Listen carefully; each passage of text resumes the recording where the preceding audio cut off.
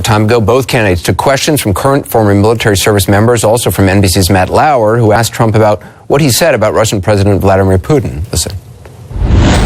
Let me ask you about some of the things you've said about Vladimir Putin. You said, I will tell you, in terms of leadership, he's getting an A. Our president is not doing so well. And when referring to a comment that Putin made about you, I think he called you a brilliant leader, you said it's always a great honor to be so nicely complimented by a man so highly respected within his country and beyond. Well, he does have an 82% approval rating, according to the different pollsters, who, by the way, some of them are based right here. Look. He's also a guy who annexed Crimea, invaded Ukraine, supports Assad in Syria, supports Iran, is trying to undermine our influence in key regions of the world, and according to our intelligence community, probably is the main suspect for the hacking of the DNC computers. Well, nobody knows that for a fact, but do you want me to start naming some of the things that President Obama does? But do you want to be complimented by that former KGB officer? Well, I think when he calls me brilliant, I'll take the compliment, okay?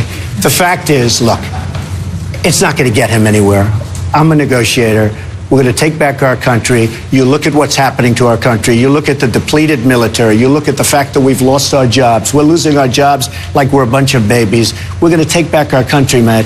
The fact that he calls me brilliant or whatever he calls me is going to have zero impact. But the fact that you say you can get along with him, I think I'll be able to get along with him. Do you think the day that you become president of the United States, he's going to change his mind on some of these key issues? Possibly. It's possible. I don't know, Matt. It's possible. And it's not going to have any impact. If he says great things about me, I'm going to say great things about him. I've already said he is really very much of a leader. I mean, you can say, oh, isn't that a terrible thing? He called him. I mean, the man has very strong control over a country. Now, it's a very different system, and I don't happen to like the system. But certainly in that system, he's been a leader far more than our president has been a leader.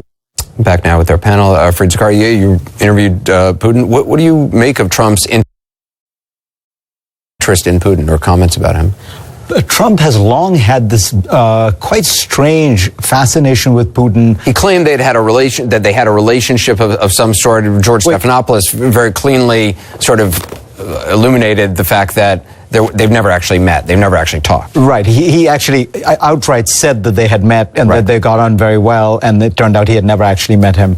Right. One more of those strange things. I think there is, though, a fascination he has, and we can understand it, understanding Trump. Trump likes authoritarians. He likes the idea of having decisive power. He likes the idea of being able to act boldly, not have to wait for checks and balances in Congress. When I interviewed Putin, I asked him, what was it about Trump that made Putin say nice things about him? And Putin, interestingly, took the opportunity to walk back his comments. He started quibbling with the translation. He said, I didn't say that he was brilliant. I said he was bright. But what I meant by bright is he's a colorful personality. That's really all I was saying. And if he wants to have a better relationship with Russia, why should I object to that? Putin really doesn't like Hillary Clinton. So there is a strange attraction between the two of them. But you would think that for Trump, whose greatest card is that he is an American nationalist who's going to look out for America, the fact that one of America's principal adversaries, a guy who is trying to do harm to America, to American interests, to American troops, is lavishing praise on him, is virtually endorsing him, would be somewhat disconcerting. You don't want to be endorsed by, it would be like the leader of the Soviet Union endorsing one of the presidential candidates and that person being happy about it. One of the service members tonight, or Clinton, about her emails while she was Secretary of State and why she should be trusted as a commander-in-chief. I want to play that. Secretary Clinton, thank you very much for coming tonight. As a naval flight officer, I held a top secret sensitive compartmentalized information clearance, and that provided me access to materials and information highly sensitive to our warfighting capabilities. Had I communicated this information not following prescribed protocols, I would have been prosecuted and imprisoned. Secretary Clinton, how can you expect those such as myself, who were and are entrusted with America's most sensitive information, to have any confidence in your leadership as president when you clearly corrupted our national security? Well, I appreciate your concern and also your experience, but let me try to make the distinctions that I think are important for me to answer your question. First, as I said to Matt, you know and I know, classified material is designated, it is marked there is a header so that there is no dispute at all that what is being communicated to or from someone who has that access is marked classified.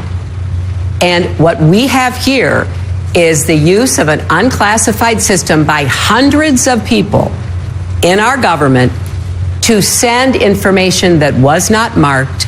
There were no headers. There was no statement, top secret, secret, or confidential. I communicated about classified material on a wholly separate system. I took it very seriously. When I traveled, I went into one of those little tents that I'm sure you've seen around the world because we didn't want there to be any potential for someone to have embedded a camera to try to see whatever it is that I was seeing that was designated, marked, and headed as classified. So I did exactly what I should have done, and I take it very seriously. Always have, always will. Nia, obviously it's tough questions for Secretary Clinton tonight, and obviously an issue which is not going away in many Yeah, I mean, in some ways, this audience, it's sort of an away game for Hillary Clinton. These are veterans. She's likely not going to win those folks.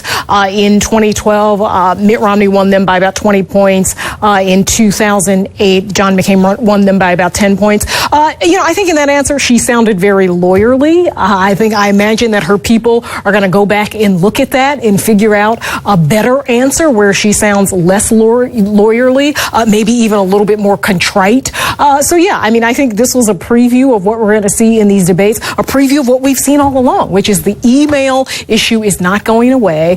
She doesn't quite have a good answer. She always sounds defensive, I think, when she's answering these questions about her email, and it's just going to continue, I think.